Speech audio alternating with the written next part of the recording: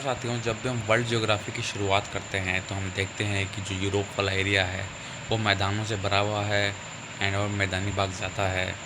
और अगर हम नॉर्थ अमेरिका की तरफ जाते हैं, साउथ अमेरिका की तरफ जाते हैं तो वहाँ पर नदियाँ बहुत सारी हैं। पनामा लेक जो है वो दोनों को जोड़ती है एंड नदियाँ बहुत सारी है। अमेजन रिवर हो गई या फिर और भी बहुत सारी नदियाँ हैं। अफ्रीका में हम देखते हैं तो काफ़ी डेजर्ट वाला एरिया आता है, काफ़ी जो शुष्क भाग है।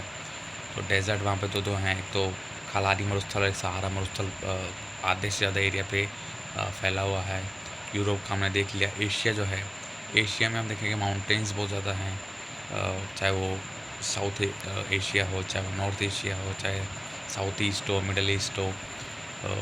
ऑस्ट्रेलिया तो अपने आप में ही एक तरीके से पानी में डूबा हुआ है, ओशिनिया कहते हैं जिसको।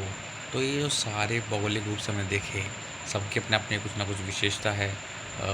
जो क्या बोलते हैं, हमारी भूमध्य रेखा है, इक्वेटर जो है वो बीच में से गुजरती है। और अफ्रीका ऐसा महाद्वीप है जिसमें से तीनों ही रेखाएं, भूमध्य रेखा, कर्क रेखा और मकर रेखा, तीनों गुजरती है।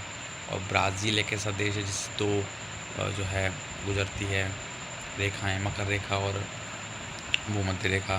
तो काफ़ी हम ऐसी चीज़ें देखते हैं कि ज्योग्राफिकल इंडिकेट करती हैं। जैसे कि अरावली वाला जो पार्ट है, अरावली जो है एकदम पैरेलल है। जैसे यहाँ से मानसूनी हवाएँ आती है तो यहाँ से निकल जाती सीधा अरावली से और टकराती नहीं, जिस कारण यहाँ पे वर्षा नहीं होती। इसे हम देखते हैं राजस्थान और शुष्क भाग है।